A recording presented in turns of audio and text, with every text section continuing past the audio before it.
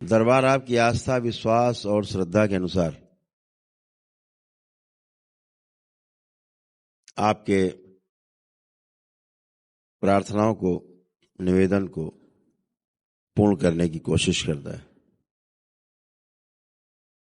आपके पुण्य के आधार पर पूर्ण करता है, जो आपको दरबार से प्राप्त है।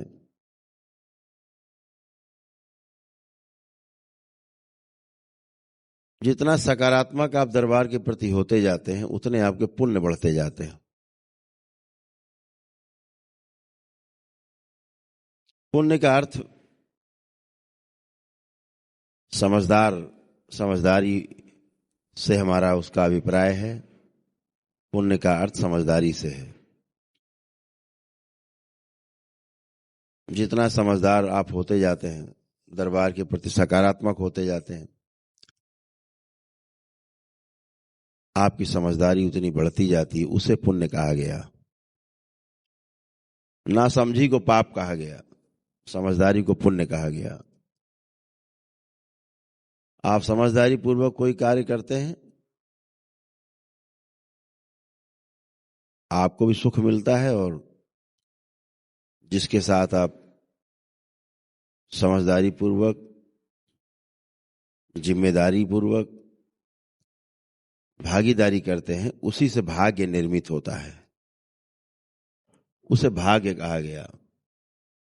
अपनी शरीर यात्रा में जितना हम अपने भाग्य के द्वारा जो निर्मित किया है, समझदारी से, जिम्मेदारी से भागीदारी करते हुए जो हमने अर्जित किया है, उसको हम भोग पाते हैं अपने जीवन काल में।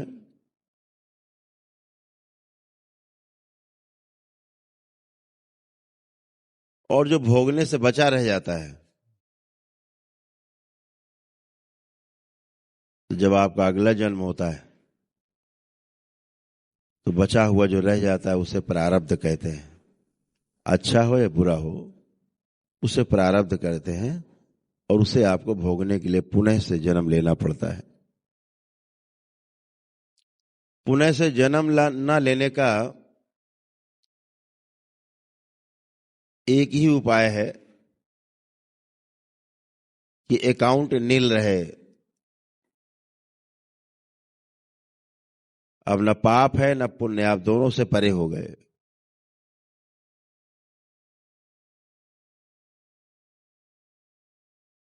कुछ भी बचा रह जाएगा, पाप चाहे पुण्य, कोई स्मृति बाकी रह जाएगी। भोगने के लिए दोबारा आना ही पड़ेगा। आपको एक अवसर प्राप्त हुआ है दरबार के रूप में,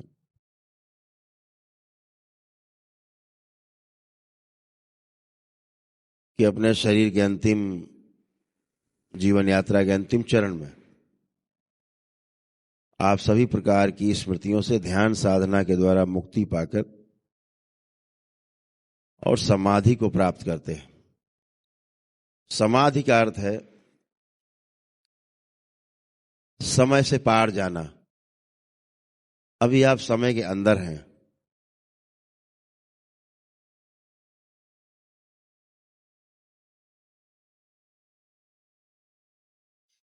अभी आप समय के अंदर हैं, तो आपको उसकी पूरी महत्ता पता नहीं चलती।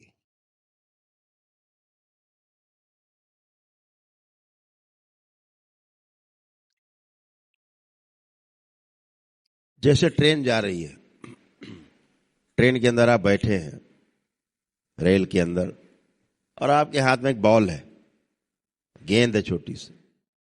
आप उसको उछालो तो हाथ में आएगी।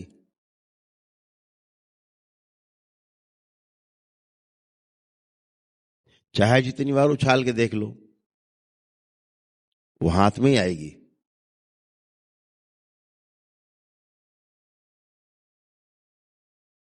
लेकिन अगर वही आप खिड़की से हाथ बाहर निकाल के बॉल को उछाल दीजिए, तो बॉल कहीं और चली जाएगी। उसी बॉल को आप ट्रेन के अंदर उछाल रहे हैं, वो आपके हाथ में वापस आ रही है। केवल खिड़की के अंदर और खिड़की के बाहर का फर्क है।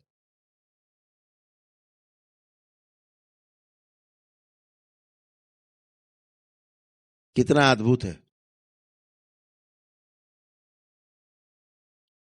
तो एक ट्रेन के अंदर है, एक ट्रेन के बाहर। आपने कोशिश की है उछालने की बॉल, ऐसे ही एक समय के अंदर है और एक समय के बाहर है। हल्का सा फर्क होता है, हल्का सा, एक पतला सा, धागे से भी महीन, इतना फर्क होता है इधर या उधर में। क्रिया उसका परिणाम बदल जाता है। तो समाधि का अर्थ है समय से पार जाना। अब वह बॉल जो पूरी नियंत्रण में थी समय के, अब वो समय के नियंत्रण से बाहर चली गई, इसलिए वापस आपके हाथ में नहीं आई। ऐसे ही आप जब समय से पार जाते हैं तो आप जो समय के नियंत्रण में होते हैं, आप समय के नियंत्रण से बाहर चले जाते हैं। फिर क्या होता है? समय के पार अर्थात समाधि, अर्थात समय आधि, दोनों शब्द, जो दोनों शब्द हैं उनको मिला के बन गया समाधि। एक सुअवसर आप सबके पास है कि जीवन के उन क्षणों को जो आप पाना चाहते हैं, ईश्वर से नजदीकी चाहते हैं, ईश्वर में ही विलीन हो जाना चाहते हैं,